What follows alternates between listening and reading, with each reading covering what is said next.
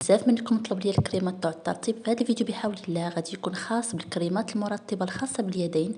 الاغلبيه فينا غادي يكون كيستعملها، شو التنقيط ديالها وكذلك المكونات ديالها. تابعوا معايا لا فيديو حتى الاخير. على بركه الله غنبداو باول نوع، هو هذا اللي غتشوفوا قدامكم. هاد لا مارك هذه من شحال هذا وهي كاينه ماركه قديمه. كنا شفنا يعني التنقيط ديال الجيل دوش ديالها الفيديو السابق. بالنسبه للكريم الخاص باليدين التنقيط تا هو 15 علامه، تنقيط اللي خايب بزاف. كما شفتوا فيها الومنيوم، فيها بارافين اللي هي عباره على زيت مستخلصه من عمليه التكرير ديال البترول، كتعتبر من الزيوت المعدنيه الثقيله على البشره ديالنا. بالاضافه ان فيها يعني لويل دو بارافين، يعني فيها بجوج، فيها البارافين والويل دو بارافين. من الأحسن أننا نتفاداوهم. غندوزو لهاد النوع الثاني توا من نفس لا مارك، هذا فقط خفيف على الأول. غادي نحاولو نسكانيو الكود. التنقيط ديالو غيطلع هو هذا 19 على 100 تقريبا بحال الأول. توا التنقيط خايب بزاف.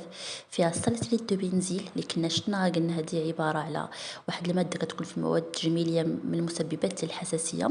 بالإضافة إلى أن فيها الفينولكزيتانول يعني كمادة حافظة. حتى هو يعني الدراسات كشفت أنه ممكن يسبب لنا في خلل في الهرمونات أو النظام ديال الهرمونات داخل الجسم. غندوزو لهاد لا مارك هادي الثالثه، حتى هي كاينه في الاسواق المغربيه متوفره معروفه. غنحاولوا نشوفوا التنقيط ديالها. كما يطلع لنا هنايا هو 0 على 100، تنقيط كارثي خايبه بزاف. فيها البي اتش تي عباره على ماده حافظه. وتم التصنيف ديالها انها كذلك كتاثر لينا على النظام ديال الهرمونات داخل الجسم. هي كتستعمل يعني كتعطي ديك الرائحه الزوينه للبرودوي ديالنا. بالاضافه الى مركبات اخرى كما شفتوا معايا، حتى هي فيها الفازلين، حتى هي عباره على مشتقه من البترول، عباره على زيوت معدنيه. بالاضافه لويل دو بارافين. هادو كله مركبات خايبين وكيكونوا ثقال على البشره، كيسدوا لنا المسام ديال البشره ديالنا.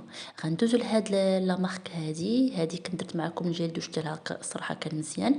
بالنسبه للكريم ديال اليدين كما شفتوا التنقيط ما بيش 43 على 100، شويه ناقص. السبب هو ان فيها هذيك الماده الاولى كما شفتوا الفينولكزيتانول والويل دو بارافين. هذوك من الاحسن اننا نتفاداوهم. غندوزو لهاد لا مارك هذه معروفه، كنا كنستعملوها هكا للاطفال الصغار. كاين الكريم تاع اللي خاص بالاطفال.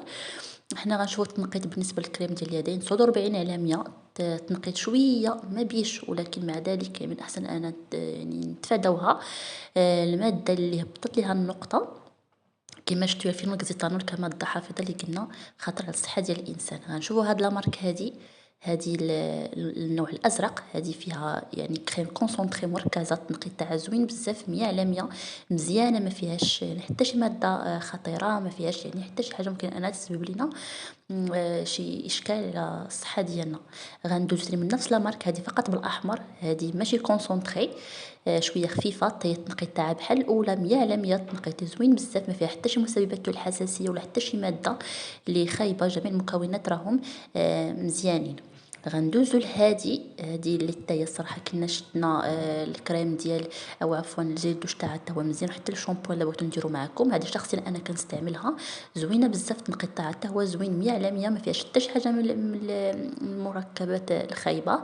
التنقيط تاعها كله مزيان. حتى المكونات فعلا ان كنلقاو فيها مكونات اللي فعلا كيساعدوا للترطيب كما قالوا، فيها الفيتامين او الى غيره ذلك. غندوزو تاني لهاد المارك الاخيره.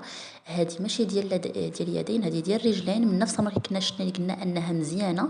ولكن نتوما غتشوفوا معايا كنقول لكم ديما واخا تكون نفس لا مارك راه ممكن نلقى واحد اختلاف من البرودوي لبرودوي اخر. انا غنسكانيها معكم وغتشوفوا الكود التنقيط اللي غيطلع عفوا 0 على 100. تنقيط اللي خايب بزاف حتى فيها البي اتش تي الى غير الفينولكزيتانول الى غير ذلك من المكونات الخايبين. كنتمنى انكم استفدتم من لا فيديو، وما تنسوش تابوناو في لاشين باش دائما يوصلكم كل جديد.